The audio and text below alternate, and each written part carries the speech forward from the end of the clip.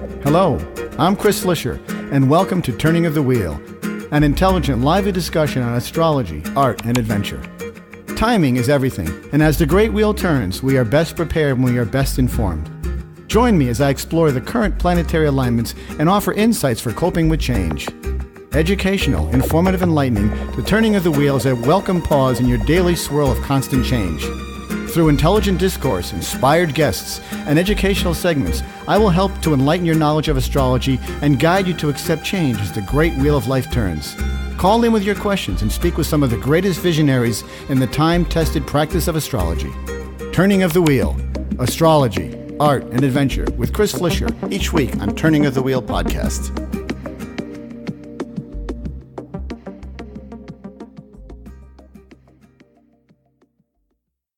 Hello and welcome to Turning of the Wheel. My name is Chris Flisher. As you know, this is a show about astrology, art, and spiritual adventure, and oftentimes I will stray off the astrology path and go into different subjects which are appealing to me and intriguing at the same time.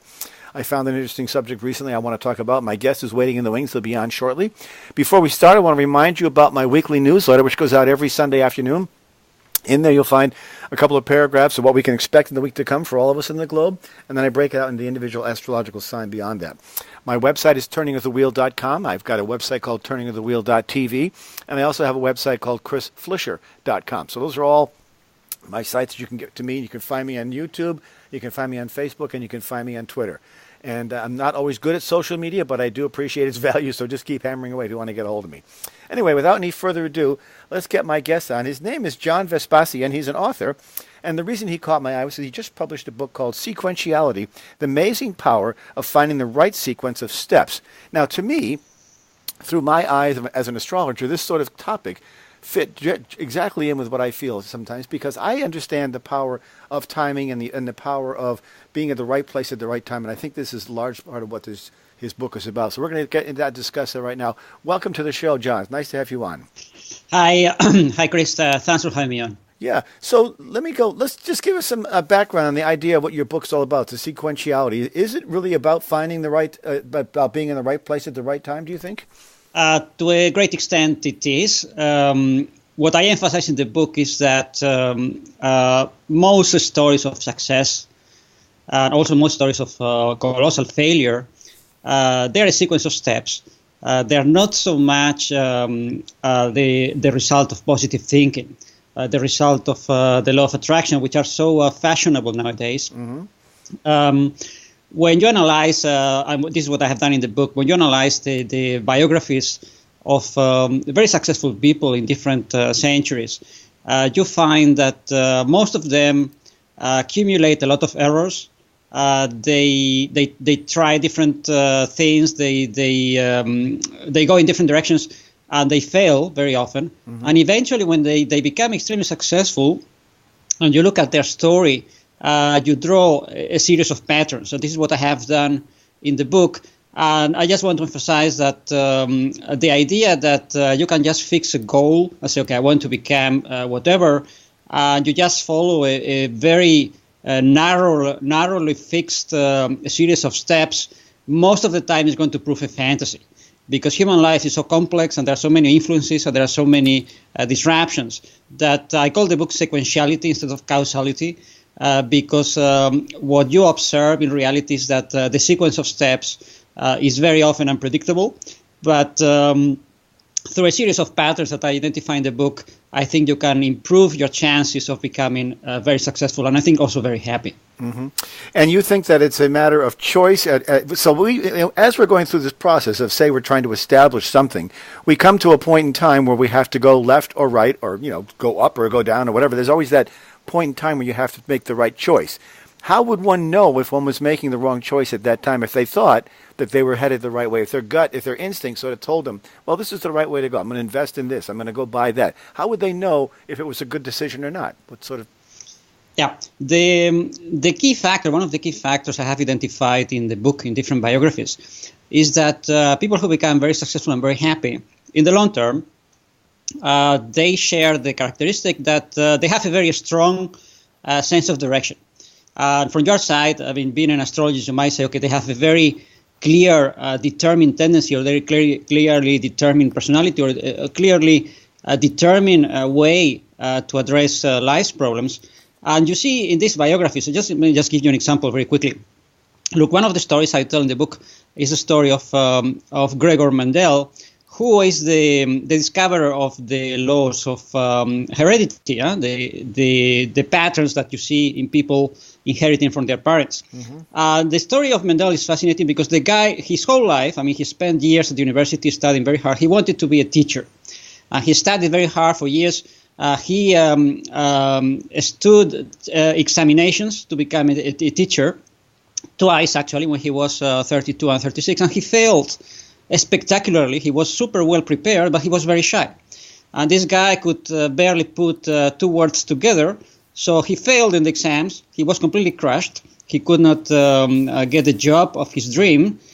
And for the rest of his life, he tried different things, and eventually he became very successful as a scientist by doing experiments in his garden, doing experiments with different plants, and he came down into history as a very creative scientist.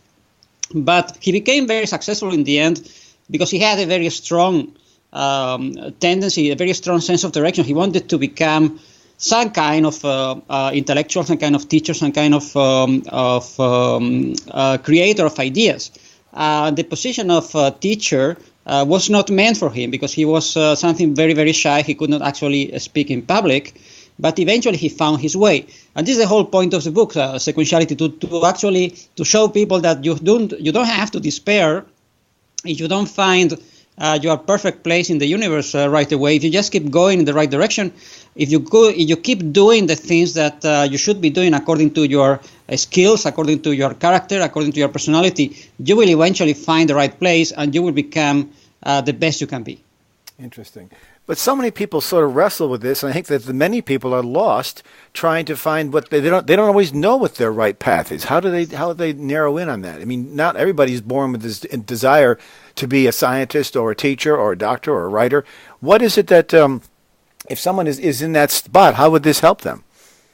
Yeah, this will help you a lot because one of the points I address in my books very, very often is that the typical scheme of goal and plan and implementation does not work because a great part of the population doesn't have a goal or doesn't have a plan. And this is something that happens very often. So if you get a book about goal setting, it's not going to help you because if you don't have a clear goal, it's a waste of time. Now, what can you do in this kind of situations? And this happens very, very often. And I got the perfect answer to this question from a chess player on the 1920s. His name was Nintsovich. He was a guy of Russian origin, but he had a German passport. And this guy could actually win very, very often against super creative, super motivated, super famous players. And he would win all the time without being super strong. I mean, he was not a very creative guy. He was not very, very strong. He was not brilliant in a way. Mm-hmm. And one day he got from a journalist the question, how is it possible that you can win so often against apparently much stronger players? Nintsovich reflected for a second and said, look, chess in this sense is the same as real life. Because in real life it happens very often that you don't have a plan, the situation is very confusing, you don't have a clear goal. And what do you do in those situations? It's the same in chess. Well, what I do when I don't know exactly what to do, I just reinforce my strengths. And this is what Nintsovich was doing in his games. And if you look at his chess games, there is a collection published in different places. And you look at the chess game, he was a guy who was sort of slow. He would be confused sometimes. He would be a bit chaotic, but systematically, he would always reinforce his strengths. And in the long term, this is an unbeatable, a winning proposition. Because even if you don't have a clear goal, if you just reinforce your strengths little by little, eventually you will go in the right direction and you will get amazing things done. And this has been proven in history 1,000,000 times that you don't need to be super motivated, you don't need to have a super clear goal, but if you become a little bit better every day, eventually it does the job. When you say a little bit better every day, you mean just sort of honing your skill every day, just keep working at it, working at it? Because there is this theory that if you do the same thing, if you're good at something, you do it 10,000 times, you become a master. Is that what you're sort of alluding to? You become a master, but not necessarily repeating the same thing, but to become a bit better.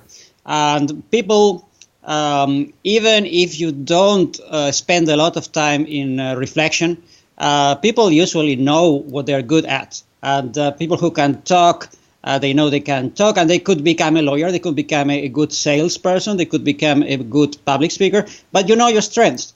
And if you are if you are good with words, people who are good with words know. People who are good with numbers know. People who are good at relating to other people, they are very empathetic.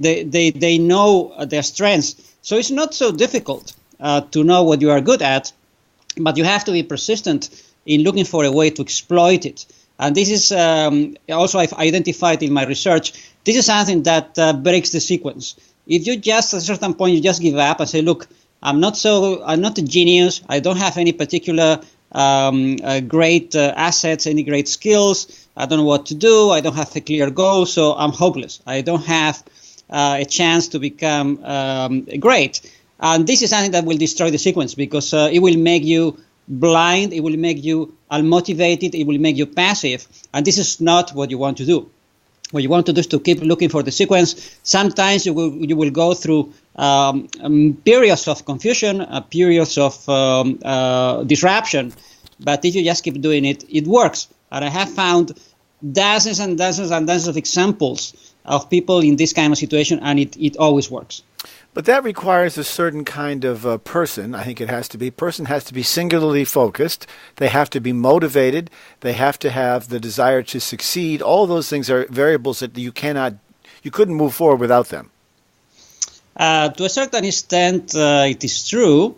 But what is important is the sense of direction. Let me just give you another example. Look, one of the stories I tell in this book is the story of Luigi Cornaro. He's a guy who lived in the 14th century, and he is very well known in history because he's the first person recorded in history who lived 102 years. He became very, very old. The story of Cornaro is fascinating because when he was in his 30s, he was terminally ill. He was very, very sick. He went to different physicians. He lived in Venice. At the time was one of the major European cities.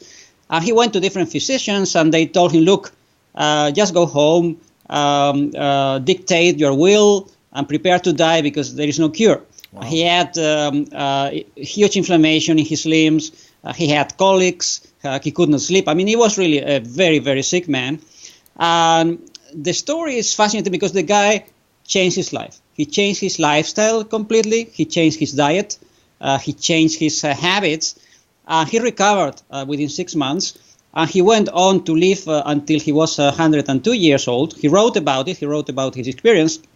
And what I want to prove with this story is that the point is that this guy didn't start out to become very, very old. He didn't have a goal of becoming the oldest person in his generation. He just got to this on this way because he found a disruption. He found a problem in his life, and then he reacted in the right way. And this is the whole theory of sequentiality. Sometimes, very often, you will find the right way, not because you are pursuing a goal, but because you are reacting to something, you are encountering an obstacle, you are encountering opposition, you are being criticized, and this makes you reflect and makes you find the right path. But there is a certain element of luck in that as well. You know, you don't always know when you're going through the process what the results will be. And so you sort of take a shot in the barrel. You take a chance on going a certain direction or following a certain, what seems to be a certain reasonable set of sequences. And yet you don't always know you're going to get there. So that's where the rub comes in. That's where it gets to be difficult because you are oftentimes, I think what you're really saying in the long run is that what you need to be is perseverance. You have to have perseverance.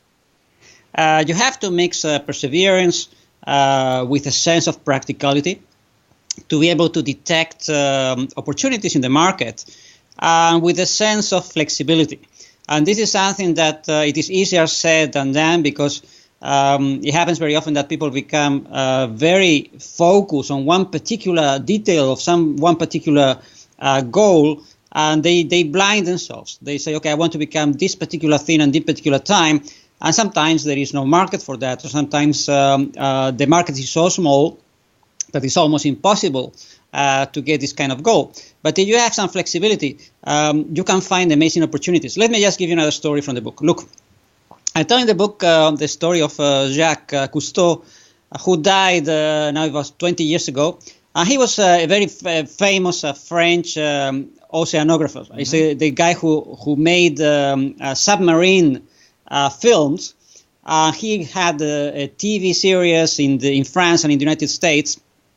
He was a very, very wealthy and very, very famous TV producer doing television about marine life. I remember. Yeah. And the way he got into that is fascinating, because this guy, his whole ambition in life was to be a military man. He wanted to be in the Navy. He wanted to be a captain. And the problem is that when he got through the Navy school in France, he had a car accident. Very, very severe accident. He broke his legs and he broke his arms. He was in the hospital for almost 6 months. And after hospital, the doctors told him, look, if you want to recover your muscles, you should take up swimming, because it's the only exercise that is going to really balance your muscles. So the guy started to swim every morning. He hated it. He didn't like to swim. He didn't like the sea. But he got to swimming. And eventually he started to dive a little bit. He got the idea that maybe he could take some pictures underwater. He got a camera. It was in the 1960s to start taking pictures underwater. And eventually he got into making movies underwater. And he made the first movies about fish and octopuses in the south of France. It was a sensation on television in the 1960s. And from that, he became a famous movie producer. And you could argue, well, it was pure chance, because this guy wanted to be a military man. Indeed, he wanted, but eventually he found a way, just because he kept his eyes open. He didn't take the car accident as a huge problem. He disliked it. He disliked swimming. But eventually he said, okay, look, I have to do this, so I better get something out of it. And by being flexible and by being practical about the situation, he eventually found a way to use his talents very, very successfully. And this is the whole point of sequentiality.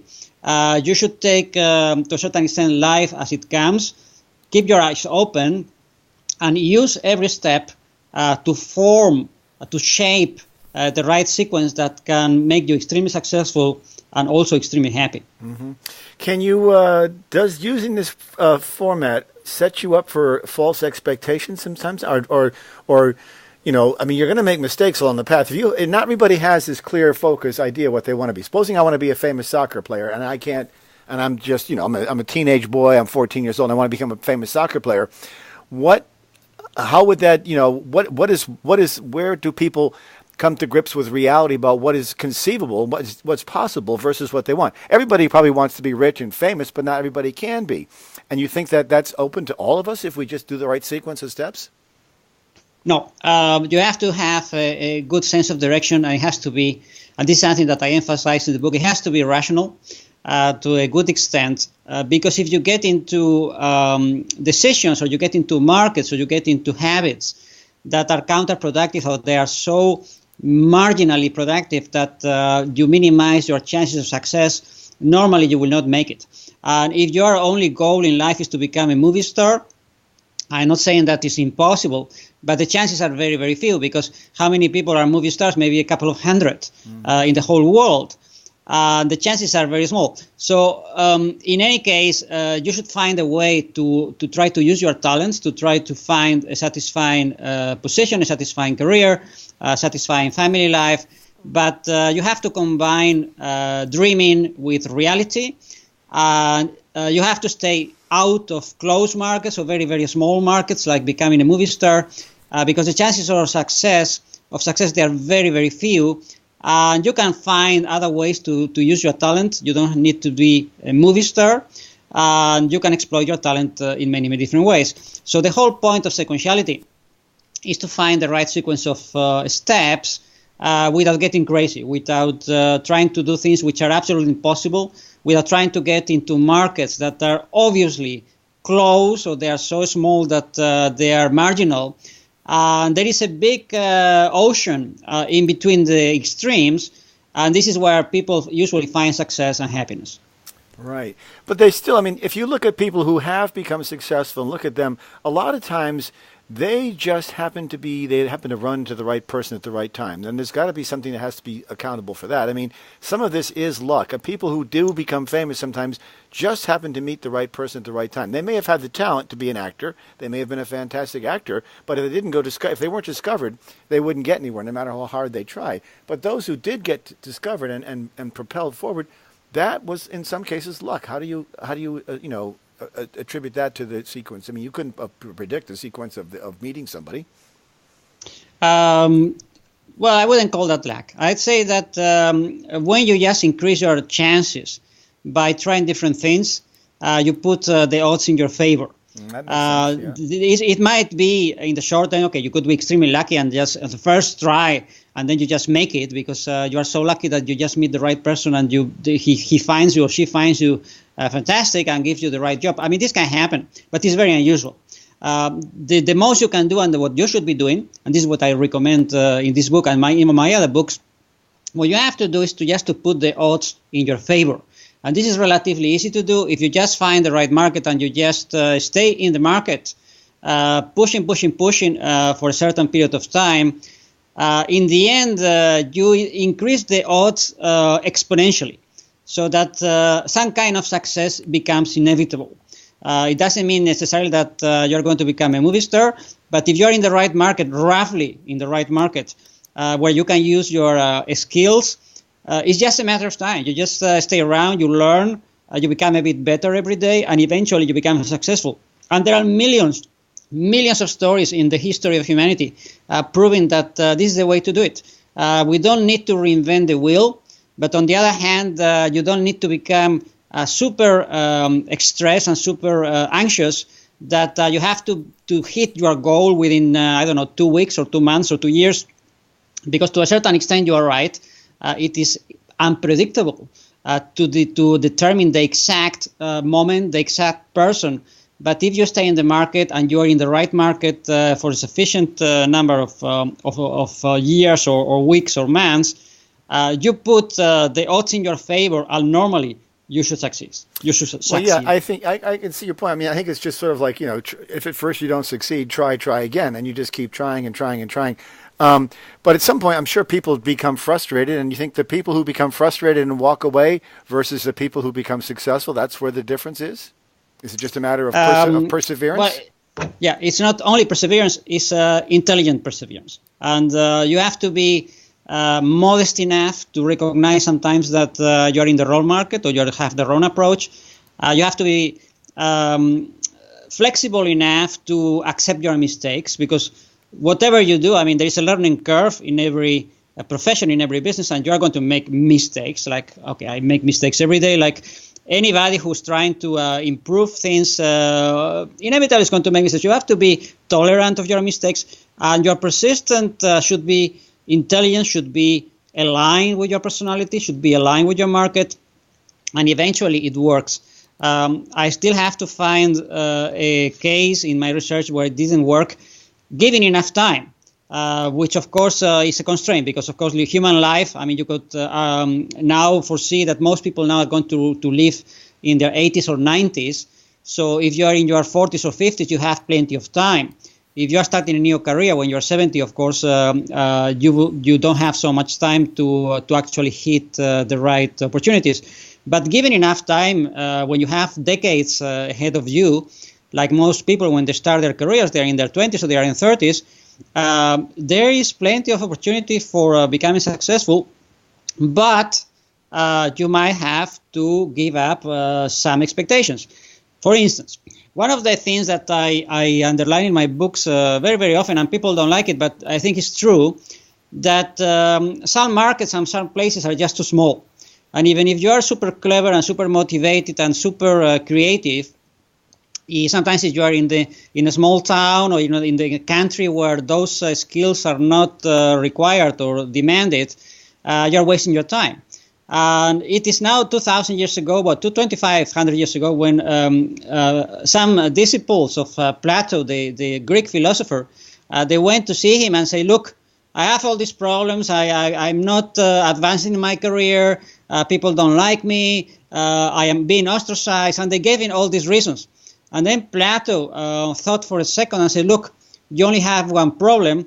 You should get out of this small town and to go to Athens and to go to a bigger market, to a bigger place where you will find the right opportunities. But many people don't want to hear the truth that they live in the wrong place. They just live sometimes even in the wrong country, and they should be moving. It is uncomfortable sometimes. It is disrupting. It is annoying, but that's the way it is. And I have to say that many situations where people don't seem to become successful, they seem to be stuck, it's just a question of pure location. If these people were moving to the right place where right opportunities, they would become successful very, very quickly. But it's hard to know what you would do or where you would move. I mean, you're this is sort of a, I think, life is sort of a trial and error experiment where you go down one path, you don't get where you want to go, you try a different path, and you keep trying. So in some ways, I think you're making sense there, but you have to admit that it is a matter of trial and error. There has to be some, you learn from your mistakes by going one direction, and then you get straightened out. But you're saying that sequentiality is sort of the alignment, as I understand it, is sort of the alignment of events and people and circumstances that allow you to be what you want to be. That, I think, is a rare outcome, because most of us face unbelievable odds just by the basis of competition, number of people in the world. If everybody tried to do this, we wouldn't be able to get there, because somebody has to be on the top and somebody has to be elsewhere, right? I mean, that's a major part of it too. Indeed, there are different levels of success and different levels of happiness, but still the market is very big. And the fact that you don't get to be the top whatever in the world, it doesn't really matter, as long as you have a pleasant, comfortable, and happy life.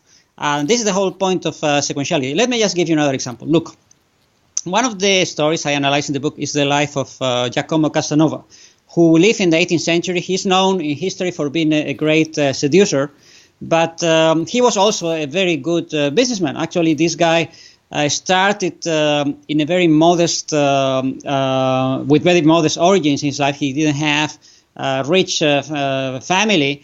He started with nothing. And at the beginning, he was a complete disaster. I mean, this Casanova, we know about his life, his successes, and his failures because he wrote a huge autobiography. He wrote almost 3,000 pages about his whole life.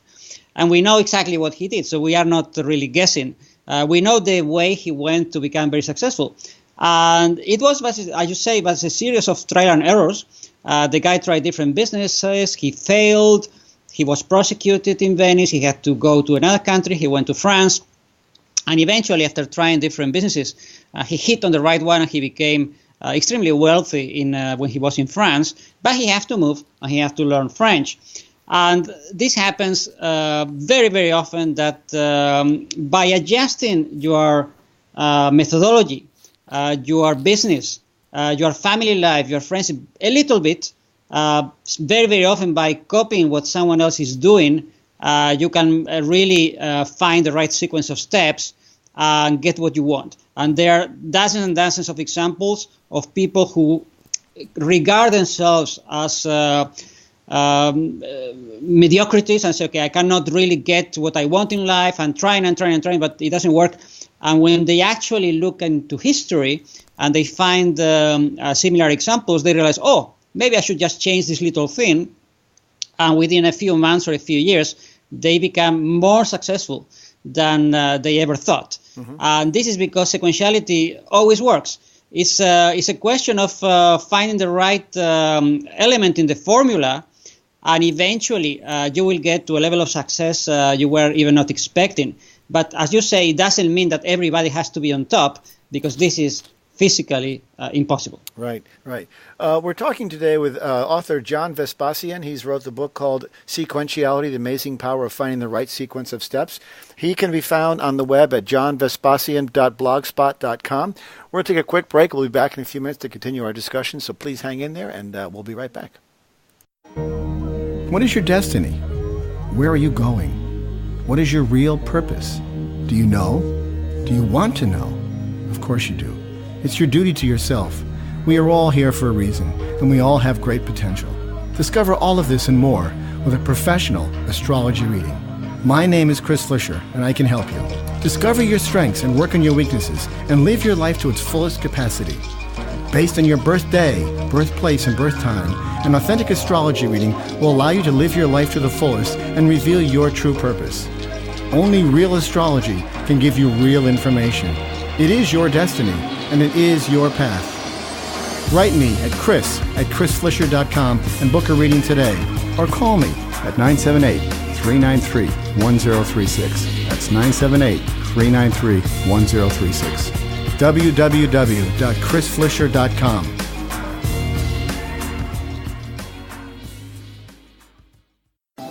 Astrology is the science of spirit, and it can serve as an invaluable aid in making the difficult choices in life and seeking truth in all the directions we choose. It holds the potential to allow each of us to evolve to our highest potential. It is the logic of the universe, the code of existence, and the pathway to true wisdom. It is our duty to draw from it the instructions for our lives and to live them to our fullest potential.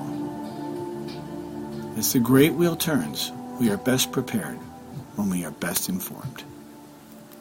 Hi, your host, Chris Flisher here. I've been producer and host of this podcast and radio show for the past 10 years.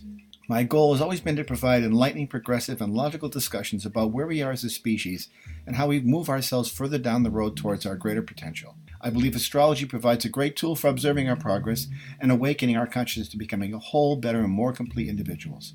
I have sought to invite the best contemporary guests, thought leaders, and progressive minds to discuss topics that concern us all, regardless of your beliefs. Consider making a contribution through PayPal to help keep the great wheel turning so that I can continue for the next 10 years along the same enlightened path. As always, I thank you for your support. Okay, welcome back to Turning the Wheel. We're talking today with author John Vespasian. He is the author of a book called Sequentiality, The Amazing Power of Finding the Right Sequence of Steps. And interesting story. So I think that when if we sort of do this in a backwards look, supposing we take a famous somebody or a famous actor or even a businessman who's successful, and we look back at the steps that he took to get to where he is, we could say, oh yeah, he made the right move here, he made the right move there, all these people make the right move at the right time, and you could say, well, of course it was a sequence of steps, that's why they're successful. But to sort of know that in advance is impossible. We don't know what steps we take, so we are forced to go down a few of the wrong paths in order to get there, right? Yes. One of the chapters of the book is called Trial and Error. Constitute the norm is not an exception. Trial and error is the way to fine tune your methodology, to fine tune your way of doing business. But still, you can find many lessons in history to shorten the learning curve. Let me just give you another example. Look, one of the elements that delays this sequentiality, that really makes people get lost and get discouraged, is that a great part of the population, they are hypersensitive. They are very, very sensitive to negative criticism. They get very upset when they are not appreciated. Especially, imagine people hate sometimes to work in sales because you get so much rejection. And what my research has shown in this book is that this is very often a killer, because to be hypersensitive, to give too much weight to other people's opinions, criticism, whether they like you or not, it can delay your progress very often, because it's going to make you afraid, it's going to make you shy, is going to make you withdrawn. And this is something that is going to delay your ability to find the right steps. The people who systematically become very, very adept, very, very good at sequentiality, at getting progress almost every year or every month. These are people who are not hypersensitive, people who keep a good balance between reality and opinion, other people's opinion, and they take the input, they listen to what other people are saying, but they don't take it so much personally. They don't become super depressed when they are heavily criticized, and whatever you do, you're going to be criticized, because there will always be people who don't like you. Or sometimes you might be offering a product or a service that people just don't like or they are not interested in, and you just take the input and say, okay, it doesn't work. I'm going to have to change. I have to change my product. I have to change my business. I have to change my personality or my way to do things. You just change it and you just keep going. And this, in the long term, this virtually guarantees that you will find some measure of success.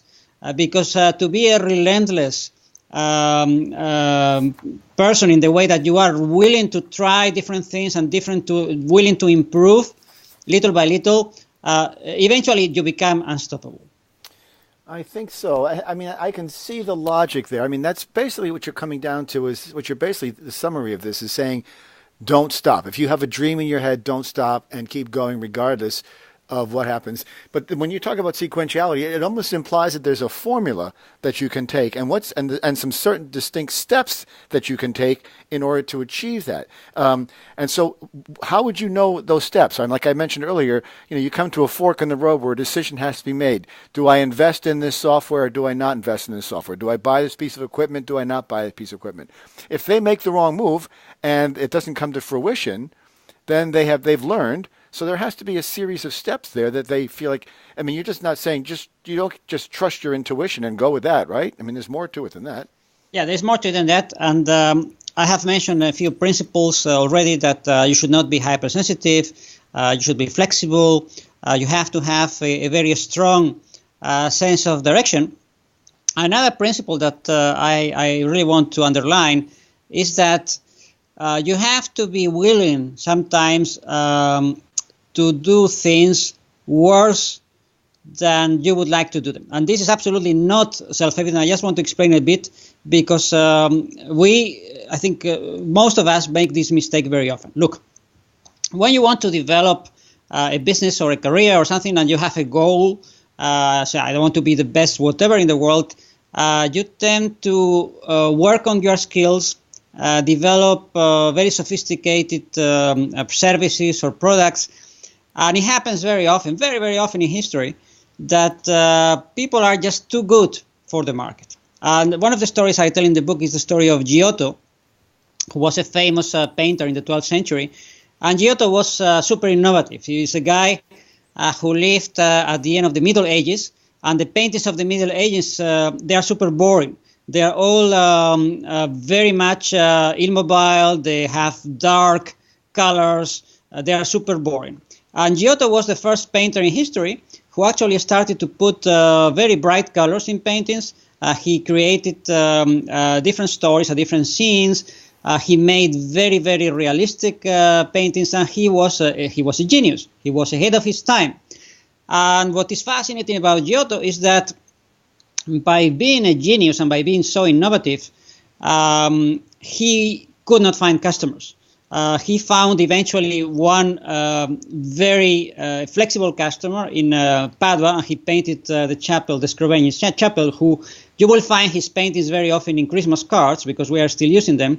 But for the rest of his life, for the remaining 35 years, Giotto had to go back to the paintings that the market were demanding. The market was demanding medieval paintings that are very boring and very dark, but this is what he did, because he realized that he was offering something that was too sophisticated, was too innovative, and for most of the customers, it was not comfortable. And this is something that blocks sequentiality very often.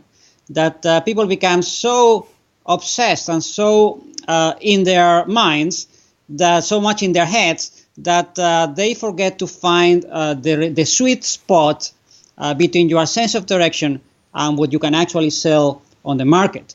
And this is one of the lessons that I present in the book, that if you want to become very, very good at sequentiality, you have to be flexible, you have to be alert, and you have to be willing sometimes to do things a little worse, or sometimes much worse than you would like to, because people don't necessarily want the kind of perfection that you would like to sell, because it's too expensive or because it's just too unusual. Mm-hmm. And then there's a certain element of this that, I mean, when you talk about markets, you're talking about commercial markets, I imagine, right? I mean, if you're trying to, if you're Apple and you're developing a phone, you have to know that your market's ready for it. You have to know that the idea is good, and then people make mistakes. And then, so if you look at somebody who was not successful, you could go back to them and say, listen, this is where you went wrong. This is the step you took wrong. You should go back and try again. Yes, as long as you have some prudence, and as long as you have, because this is one of the aspects that I also present in the book, that the way to play sequentiality correctly is by keeping always a margin of safety. If you just go full thrust in one direction because you say, oh, I see the opportunity, this is the right way to do it, you might burn your ships, or you might burn your opportunities, you might use your resources and even damage your health. And this is not the way to do it, because as we were discussing earlier, there is always the unknown circumstances. There is always the disruption. There is always the lack factor, you could say. And you have to keep always a certain margin of safety in whatever you do, because you might fail, and you will fail very often.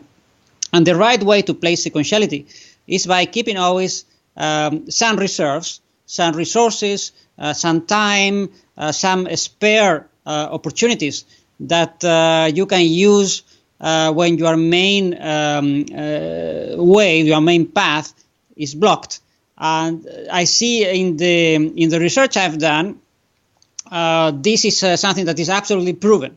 I mean, the people who become systematically very successful are people who never go to the extreme, never go to the limit, and they never get completely burned. Sometimes they get a little bit burned, but their lives are not destroyed.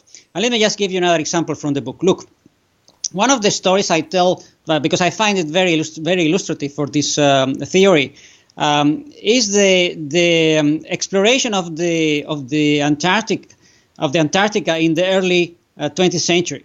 There were different exploration missions going to Antarctica, to the South Pole, from England, from Norway, from different countries. And some people became super successful, and they actually arrived at the South Pole without a scratch. And some people died. They were frozen in a most horrible way during their attempts. And when you analyze the differences between the people who found the right sequence of steps and the people who made a mistake, you always find the same pattern. The guy who reached the South Pole without the scratch was a guy who simply asked around, what are the steps I need to follow? What are the risks? How can I cover this risk? And when this guy went to the South Pole, his name was Amundsen, he was a Norwegian. The first thing he did, before doing anything, the first thing he did was to establish some depots of food in different places, so that if he was hit by a snowstorm, he would know where to go back to get some food and to keep going. And this is the first thing he did. He spent 2 weeks doing that, and after that he was safe. The morale of his troops, of his team, was extremely high, because they were sure that if things became very, very ugly, they would always be able to survive, because they always had a margin. Mm-hmm. And if you compare that with the foolish British explorer who just went there and he went full thrust, he found the problem, and then he got frozen and he died. And the whole team died. I mean, it was completely horrible, because the guy didn't keep margins. If you want to keep sequentiality in your favor, if you want to tilt the odds in your favor, you should always keep some margin. You should be prudent, and it's good to get going. It's good to be persistent, but you have to do it in an intelligent way. Mm-hmm. No, I see that, and I think that I also come back to the idea of timing is everything. It's like meeting somebody, like coming back to the actor. If you meet somebody, you're supposing you're a starving actor. You want to be a famous actor. You've been acting all your life. You're going to school and everything else, but you're waiting tables at a restaurant, and then someday you sit down. Someday you're waiting on somebody, and you get into a conversation, and it turns out that they're a movie director, and they say, "Well, let's see what you got," and then the next thing you know, you're on your way. That could not be predicted. That was just about being at the right place at the right time. Timing and circumstances help that person along. You can't script that or make that into a formula. Yes, okay, but the examples you are mentioning, I mean, this is so unlikely. So you're talking about a much larger, much bigger, because the odds are so small. Because those people who are very successful, there's very few of them. That's what you're saying. So if you want to be a famous, if you want to be a software engineer, you have to follow a certain step. So this is not meant for people who are looking for the big shot jobs and the glamour. There is no lack of glamour in being a great software engineer, but the example of the movie star, which is the typical, you want to be a great opera singer or ballerina, whatever. These markets are very small, and there are many factors that probably play into why this particular person became a great movie star, and this other person who was actually his neighbor, he was even better looking, he never made it. There are many different patterns, but when you look at success patterns and happiness patterns as a whole, in thousands of people, in millions of people, you can actually ignore these chance situations in the movie example we are talking about, because they are so unlikely, they are so in the minority. When you look at what most successful people share, and the way they actually became that way, sequentiality, the patterns are there, and we can learn from the stories what to do and what to avoid. Well, we can learn from our mistakes. We can also learn by watching other people's mistakes, like the people you used as an example, going to the South Pole. The one who made it there probably learned how to do it by using common sense and saying, I need food on the way, or maybe watching other people who didn't succeed. Is that part of the sequentiality you're talking about? Yes, he improved his chances, and this is something that I underline in the book, in Sequentiality. He improved his chances by a factor of possibly hundreds, because he spent a lot of time asking people who have gone to different environments, what do I need? How can I prevent this risk? He did everything right. This is the only guy, compared to the other explorers, because there was also a mission from Britain. There was one from England and one from Scotland, and both got frozen. This is the only guy who thought, okay, what kind of clothes do I need? So in the end, he asked around, and he got his whole team wear fur coats. This was a very good idea, because basically the snow gets deflected. They are waterproof and they never get frozen. While the British and the Scottish, they were wearing woolen clothes, which are very nice if you are in Scotland. But in the South Pole, they got full of snow. The snow melted and the guys got frozen. So these kind of details, they are not so difficult to foresee if you just spend some time doing research. What the Norwegian guy did, in contrast to the British and the Scottish, he accumulated some experience, because he went in some previous missions in the north of Europe, and he asked, he copied. He didn't reinvent the wheel. He just looked at what other people were doing. He took notes, he made a checklist, and he implemented it. While the foolish British and Scottish explorers, they trusted their intuition. They considered themselves very, very clever and brilliant, and they got frozen because they made mistake after mistake. Even the number of dogs. I mean, the Norwegian guy calculated how many dogs he needed to travel from the coast of Antarctica to the South Pole. He multiplied this by 40% and said, okay, I'm going to have enough dogs.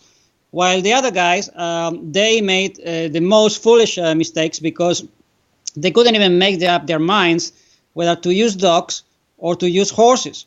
And they took half dogs and half horses. The horses broke a leg and the dogs died.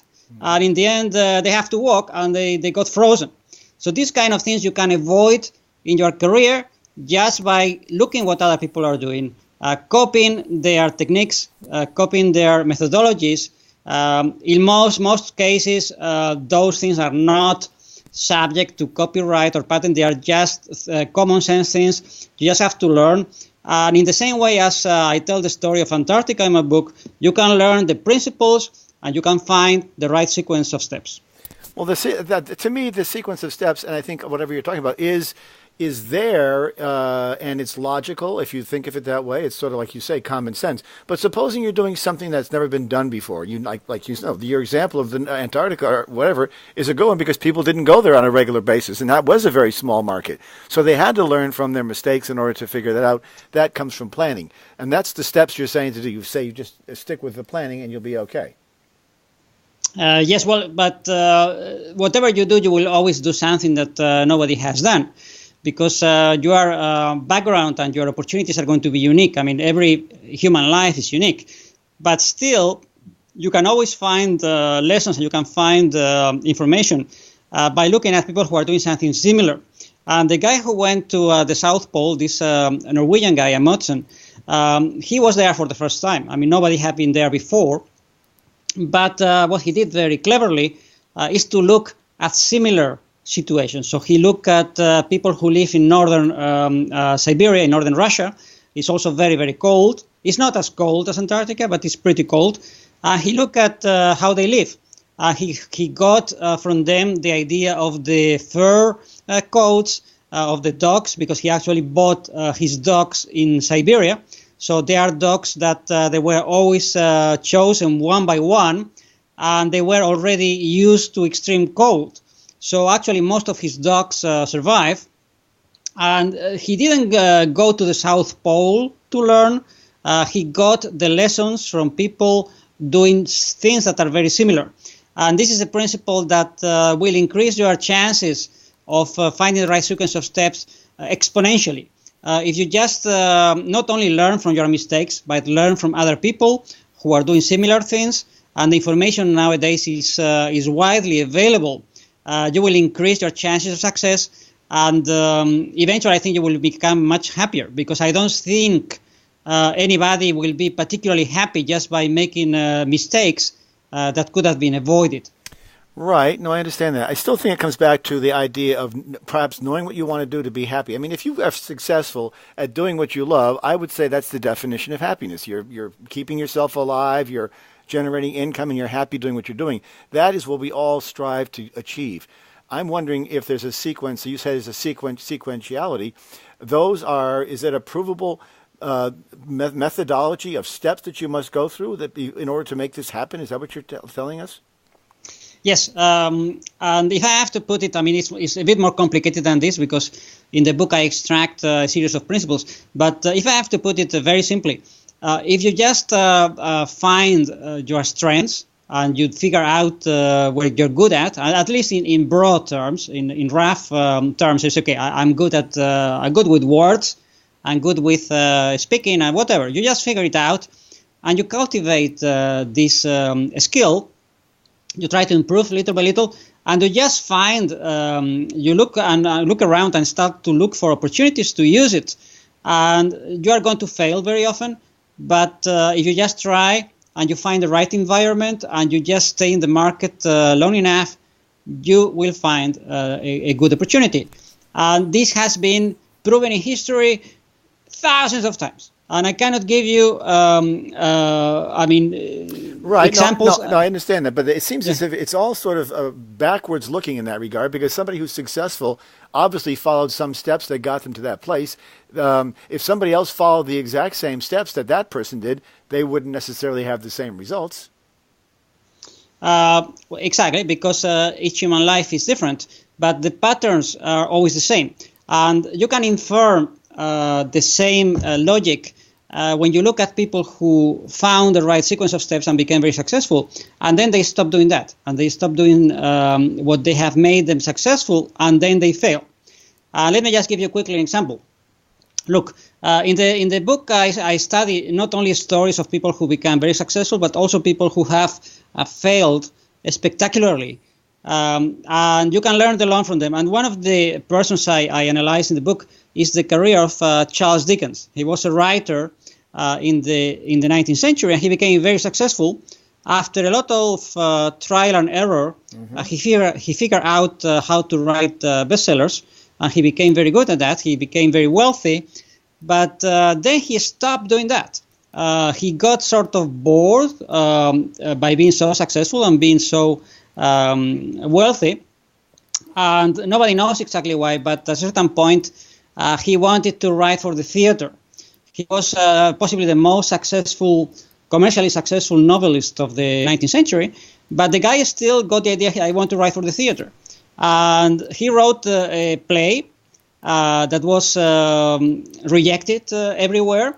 No producer wanted to put it on stage, so in the end Dickens decided to use his own money to put the play on stage. He hired some actors, and then he destroyed his life. And the way he did it was super quickly. I mean, within a few years, he was dead. It's really a sequence of events in the opposite direction, a sequence of steps, because he took, as though he was trying to destroy his life, he did all possible mistakes. He discarded everything he has learned in his life, and he was already in his 50s, and he destroyed his life. He put on stage this play that was not very interesting. He hired some actors. He hired a young actress from London, and she was 25 years younger than Dickens. He fell for her, and the guy was married. He had 6 children. In the 19th century, this was a huge scandal. So basically, he was seeing her between rehearsals, and at a certain point, Dickens was spending half of his time with his wife, 1/3 with his mistress, and then on the side he was writing books. He was so stressed that he got a heart attack in the end, because he had to pay for 3 homes in London. Eventually his wife found out, and she left with the children, and then he had to pay for her wife, for the children, for his own house, and then for the mistress. And he could not even live with her because he was afraid of the newspapers, because he knew that if his relationship came into the newspapers, he would be ruined as an author. Right. And he got so stressed that he died. He destroyed his life. He got into the wrong sequence of steps, and eventually destroyed his life. So this is why in the book I analyze that you can find the patterns of the things that work, and you can also find the patterns of the things that don't work. Right. I mean, I think that we would learn from watching others, and observation would be the best way to learn, I would imagine, just by seeing who's doing what and how they're getting there. But the thing is that there really is no formulaic approach to this. This is simply a matter of a roll of the dice and being in the right place. And ultimately what you're saying is you've got to be persistent. That's the ultimate thing. Be persistent and keep trying until you get your way, which is good advice, I agree, but I'm not sure that it's anything that we don't already know in that regard. I mean, really, we all know that if you want to succeed, you've got to work very hard at that. And most people who work hard at it and who are good at something come with a predisposition of sorts. They come into the world, they arrive on the planet with an ability to be a certain type of person. I would argue you can see that in the astrology charts, and that's why timing is important. But timing, when it comes to a person's life and where they are, and is knowing when to make a move and when not to make a move. There's days that are good and there's days that are bad. So, well, it's been an interesting conversation nonetheless. We are at a time. My guest today has been John Vespasian. He is the author of a book called Sequentiality, The Amazing Power of Finding the Right Sequence of Steps. I think that it speaks to the idea of sort of timing and being in the right place at the right time, and it's interesting in that regard. You can contact John through johnvespasian.blogspot.com is his website. You can contact him there if you've got further questions. Anyway, John, thanks very much for coming on today, and I appreciate your comments. Many thanks, Chris. Okay, very good. Thank you. Bye-bye. You've been listening to Turning of the Wheel with your host, Chris Flisher. To schedule a reading with me or to order artwork, you may visit my website at www.turningofthewheel.com. That's www.turningofthewheel.com, or you can call me at 978-393-1036. Thank you. And as always, be open to possibilities.